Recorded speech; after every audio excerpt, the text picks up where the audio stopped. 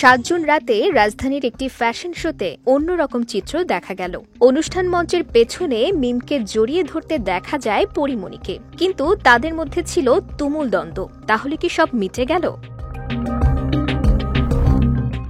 2022 সালে পরাণ ও দামাল ছবি দুটি মুক্তির পরপরই ছবি দুটির নায়ক শরীফুল রাজের সঙ্গে নায়িকা মিমকে জড়িয়ে এক বিস্ফোরক স্ট্যাটাস দেন তখনকার রাজের স্ত্রী চিত্রনায়িকা পরিমণি। সেই স্ট্যাটাসে মিডিয়া তোলপাড় হয়ে যায়।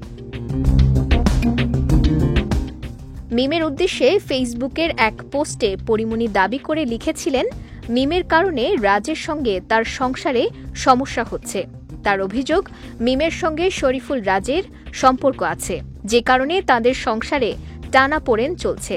যদিও দামাল ছবির প্রচারকালেই শরীফুল রাজের হাত ধরাকে কেন্দ্র করে মিমকে ইঙ্গিত করে ফেসবুকে আরও একটি স্ট্যাটাস দিয়েছিলেন পরিমণি।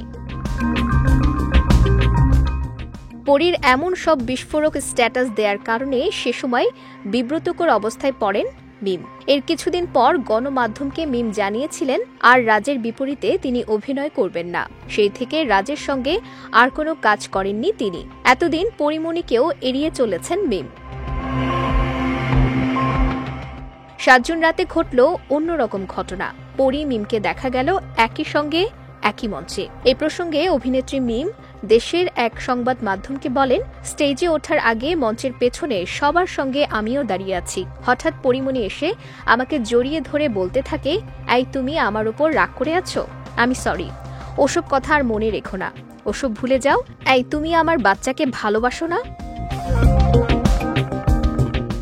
মিম আরও জানান, অনুষ্ঠান শেষে চলে আসার সময়ও আরও দুবার একইভাবে জড়িয়ে ধরে ওইসব কথাই বলতে থাকেন পরিমণি। সবকিছুর জন্য পরি দুঃখ প্রকাশ করেছেন।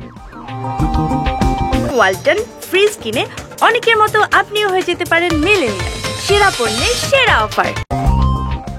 পরিমণিকে কি তাহলে ক্ষমা করে দিয়েছেন? এমন প্রশ্নের উত্তরে মিম বলেন, যেভাবে আমাকে বারবার জড়িয়ে ধরে নিজের ভুল স্বীকার করল, অনুতপ্ত হলো, মানুষ মাত্রই তো ভুল হয়, আমার আর কি করার আছে, ক্ষমা করে দিয়েছি। এ ব্যাপারে পরিমণির সঙ্গে যোগাযোগের চেষ্টা করা হলেও ফোনে তাকে পাওয়া যায়নি।